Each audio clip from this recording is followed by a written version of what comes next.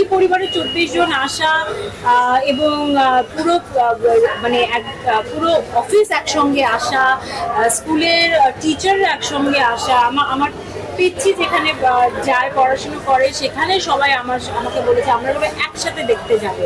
সেই কথাই কিন্তু ছিল, কিন্তু এখন আবার তারা ওয়েট করতে পারছে না একসাথে দেখা, তো সবাই আবার আলাদা আলাদা টিকিটও করে ফেলছে, বাট একসঙ্গেও দেখবে। এই যে সবার দল বল নিয়ে দেখার আনন্দ, এটাই হচ্ছে সবচেয়ে বড় মানে আনন্দের বিষয়। যে এবং আসলে আমার কাছে মনে হয় কি সিনেমাটা আসলে একসঙ্গে দেখার বিষয়।